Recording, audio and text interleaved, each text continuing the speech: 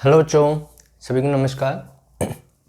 आज का हमारा लेक्चर न्यूमेरिकल प्रॉब्लम बेस्ड होगा जो इलेक्ट्रिक फील्ड से विद्युत क्षेत्र से संबंधित होंगे। लास्ट लेक्चर में हमने समबाहु त्रिभुज यानी कि इक्विलैटरल ट्रायंगल के कारण विद्युत क्षेत्र की तीव्रता ज्ञात की थी। आज हम स्क्वायर प्रॉब्लम सॉल्व करेंगे। तो स्टार्ट करते हैं आज का लेक्चर।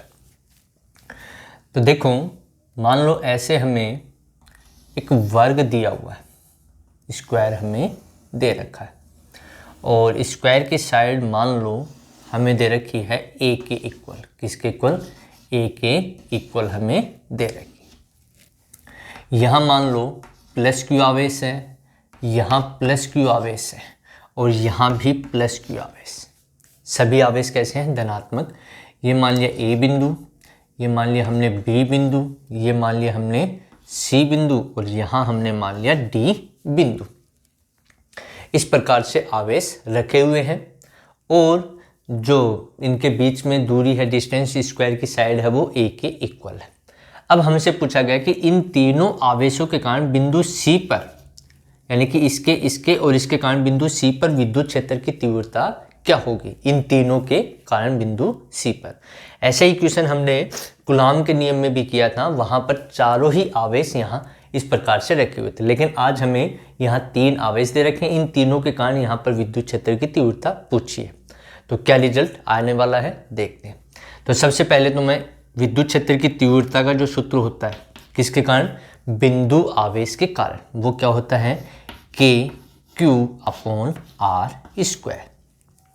तो ये जो फॉर्मूला है वो काफ़ी जगह हमें यूज हो रहा है। लास्ट लेक्चर में भी हुआ था, तो बताया भी था आपको कि इस फॉर्मूले का यूज बहुत ज़्यादा होगा। तो यहाँ से देखिए, इसके कारण इसके ऊपर जो विद्युत क्षेत्र की तीव्रता है वो बाहर की ओर हो जाएगी। क्या हो जाएगी? बाहर की ओर हो जाएगी, यानी कि इधर होगी। ठीक है, मैं इसको थोड़ा सा नीचे लिख देता हूँ यहाँ से मिटा करके कि ये इसके कारण दिशा हो गई इस प्रकार से। इसको हमने मान लिया E1। क्या मान लिया? E1। अच्छा, इसके कारण होगी, ये प्लस है तो इसके कारण इधर होगी। इसको हमने कहा E2। ये E1 की दिशा, ये E2 की दिशा। और इसके कारण इसके ऊपर होगी, उसको जो होगी ये भी प्लस है तो इसके कारण इधर आ जाएगी। उसको हमने कह दिया E3। क्या कह दिया? E3। यानी कि बिंदु ए पर जो आवेश है, कौन से बिंदु पर? ए बिंदु के ऊपर जो आवेश है उसके कारण विद्युत क्षेत्र की तीव्रता E3 मान ली। बी पर जो आवेश है उसके कारण E1 और डी पर जो आवेश है उसके कारण E2। ठीक है, अब इनका मान हमें निकालना है। कैसे हम निकालते हैं? तो उससे पहले ये दूरी हमें चाहिए ए से सी तक की। ये दूरी तो हमें पता है कितनी ए है, ये दूरी भी पता है कितनी है, ए है। तो ए सी कितनी होंगे? तो यहाँ से लिखा जा सकता है AC², इस त्रिभुज से हम लिख सकते हैं AB का स्क्वायर प्लस BC का स्क्वायर। AB की वैल्यू है A, तो A² प्लस ये भी A है तो ये हो जाएगा 2A²। ये आया हमारा AC स्क्वायर के इक्वल। तो AC कितना आ जाएगा? A से आ जाएगा √2A। यानी कि ये जो दूरी यहाँ से यहाँ तक की वो कितनी है? √2A के इक्वल, जो हमें चाहिएगी। इसलिए हमने इसको पहले ही सॉल्व कर दिया। ठीक है, तो अब मैं इसको मिटा देता हूँ। अब देखें, सबसे पहले हम E1 निकालें। क्या निकालें? E1, जो इस आवेश के कारण है विद्युत क्षेत्र की तीव्रता। तो E1 कितना होगा? E1 फॉर्मूला भी बताया था, बिंदु आवेश के कारण विद्युत क्षेत्र की तीव्रता KQ/R²। इस फॉर्मूले से हम सॉल्व करेंगे। ठीक है, तो कितना है? KQ आवेश कितना है? यहाँ पर Q आवेश है। ठीक है, इसके कारण निकाल लें E1 और दूरी कितनी है? A है, तो कितना आ जाएगा? KQ/A²। ठीक है, ये E1 का मान आ गया। ऐसे ही E2 का मान निकाल लें। E2 किसके कारण है? बिंदु D पर जो आवेश रखा हुआ है उसके कारण बिंदु C पर विद्युत क्षेत्र की तीव्रता। E2 कितनी आएगी? E2 के आवेश Q है, बीच की दूरी A है तो A का स्क्वायर। अच्छा, अब हम E3 निकाल लें। क्या निकाल लें? E3 कितना आएगा? K आवेश Q है तो Q और इसके बीच की दूरी कितनी है? यानी कि यहाँ पर हम परीक्षण आवेश मान सकते हैं और नहीं भी मान रहे तो बिंदु आवेश के कारण जो निकाला था, ये याद रखो, जहाँ हमसे पूछा जाए वहीं हम क्या मान लें? एक परीक्षण आवेश हम मान लें। तो परीक्षण आवेश मान करके बल निकाल लेंगे। बल निकाल के भी कर सकते हैं। यह बिंदु आवेश के कारण इस बिंदु के कारण यहाँ निकालना, तो ये फॉर्मूला, इसके कारण यहाँ, तो ये इसके कारण यहाँ, तो ये फॉर्मूला हमने यूज कर लिया। तो ये दूरी कितनी है, √2a, तो कितना आ जाएगा √2a का स्क्वायर, तो ये कितना हो जाएगा KQ/2a², यानी कि E1, E2 और E3 हमारे पास आ चुके हैं। अच्छा, यहाँ से क्या देखने को मिला कि E1 इक्वल टू कितना है, E2 के इक्वल है। अब देखिए जो विद्युत क्षेत्र की तीव्रता है वो इस प्रकार से, इधर है E2 और इधर है E1, यही है। तो इन दोनों के बीच में जो एंगल बना वो 90 डिग्री है, तो इन दोनों का जो रिजल्टेंट होगा वो इधर आएगा, इस दिशा में। तो इन दोनों का परिणामी हमने मान लिया E डैश, कितना मान लिया, E डैश के इक्वल, यानी कि E1 और E2 का जो रिजल्टेंट है वो ये है। तो समांतर चतुर्भुज नियम से हम निकाल सकते हैं। तो क्या आएगा, E डैश इक्वल टू लिखा जाएगा √E1² plus E2² plus twice E1 E2 और cos theta into cos theta. अच्छा देखिए, E1 किसके इक्वल है, E2 के इक्वल है, और थीटा कितना है 90 डिग्री। तो यहाँ से लिखा जा सकता है E डैश इक्वल टू √ में E1² और E2 को भी मैं लिख दूँ E1² plus 2E1 into cos angle 90 degree. तो ये वैल्यू कोस 90 की वैल्यू 0, तो यानी कि ये टोटल टर्म ये वाली कितनी हो गई, 0 के इक्वल हो गई। तो क्या बच गया हमारे पास, E डैश हमारे पास बच गया √E1² प्लस E1², तो कितना हो गया 2E1², यानी कि E डैश कितना आ गया, E डैश आ गया √2E1²। ये स्क्वायर इससे कैंसिल हो जाएगा, तो E डैश कितना आ जाएगा, E डैश आ जाएगा √2E1, कितना आ जाएगा √2E1 के इक्वल।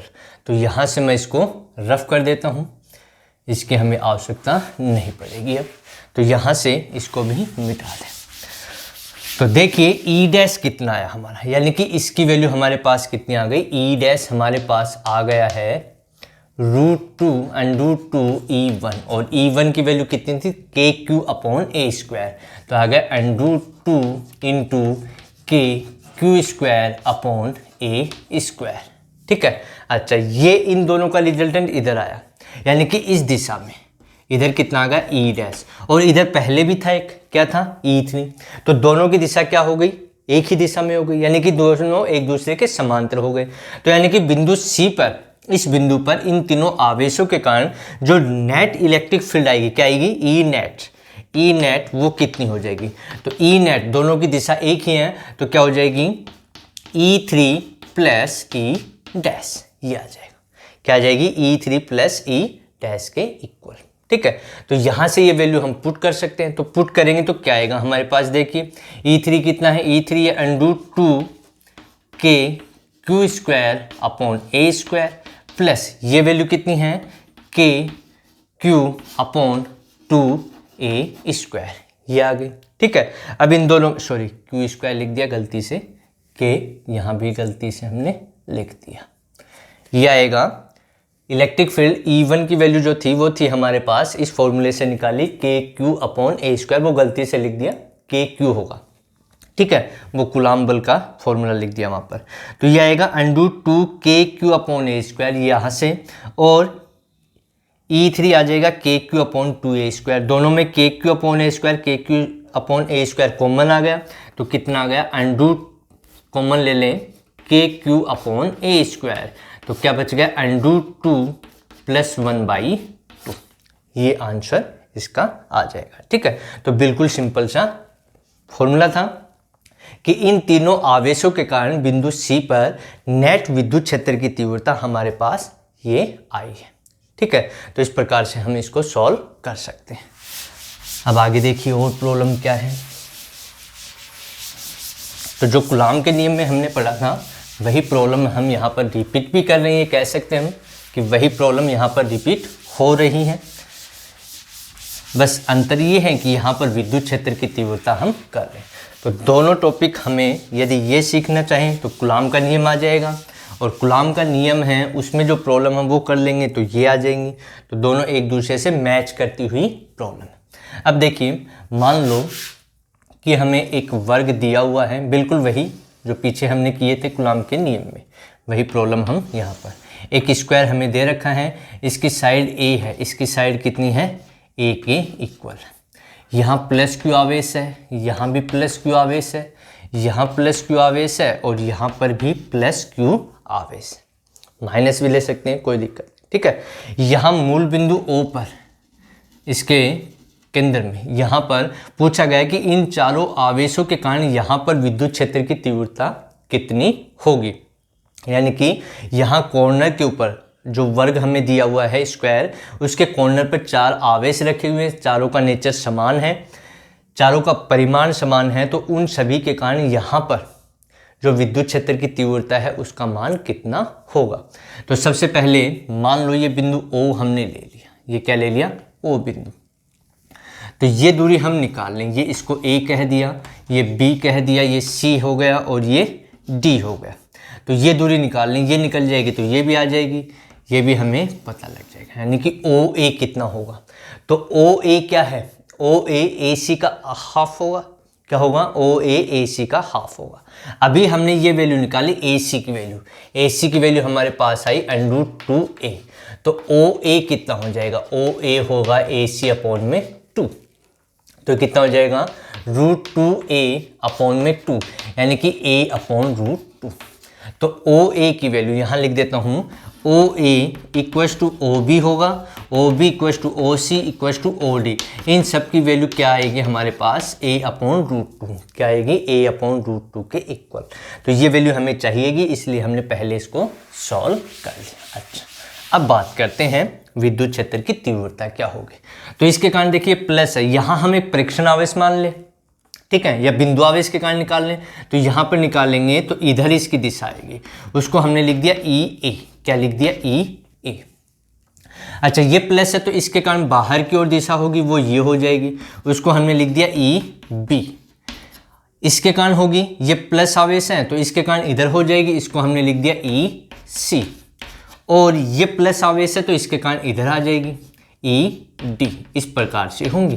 तो EA, EB, EC, ED की वैल्यू हमें निकालनी है, सभी की वैल्यू इक्वल आएंगी। कैसे आएंगी देखिए, तो EA इक्वल्स टू कितना आएगा, इसके कारण यहाँ पर दूरी कितनी है OA, ये रही, आवेश कितना है प्लस Q है, तो कितना आएगा KQ अपॉन दूरी का स्क्वायर, यानी कि A/√2 का स्क्वायर।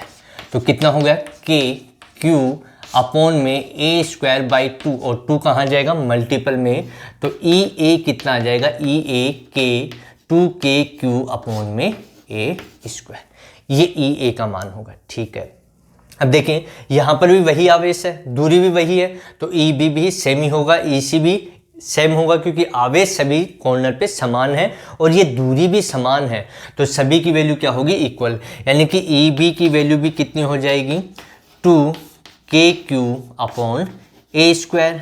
अच्छा, EC की वैल्यू कितनी होगी, वो भी होगी 2KQ अपॉन A², और ED की वैल्यू कितनी होगी, 2KQ अपॉन में A²। तो अब जो विद्युत क्षेत्र की तीव्रता है वो इस प्रकार से इसके ऊपर लग रही है, ये देखिए इस प्रकार से कार्य कर रही है। ठीक है, इधर है EA, ये EA हो गया, इधर है ED, इधर क्या है ED, इधर है EC, और इधर है EB, क्या है EB। ठीक है, चारों क्या हैं, बराबर हैं, चारों क्या हैं, बराबर, दिशा में विपरीत, ये इसके विपरीत है, ये इसके विपरीत है, परिमाण में बराबर है, परिमाण में क्या है, बराबर।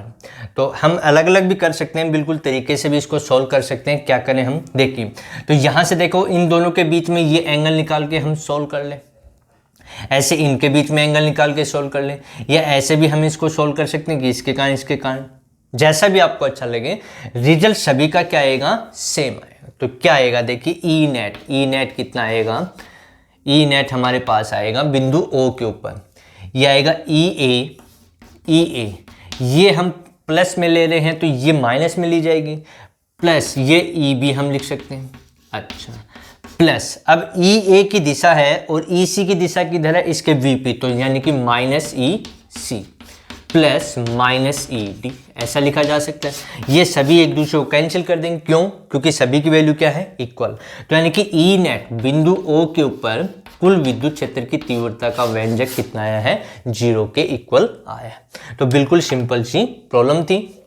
ऐसा ही हमने कूलाम के नियम में भी पढ़ा था कि जब किसी वर्ग के चारों कोनों पे समान आवेश रखे हुए हों तो उनके कारण केंद्र में, यानी कि वर्ग के केंद्र में लगने वाला परिणामी बल कितना आया था? 0 के इक्वल आया था। ऐसा ही यहाँ पर हमें देखने को इसमें भी मिल रहा है।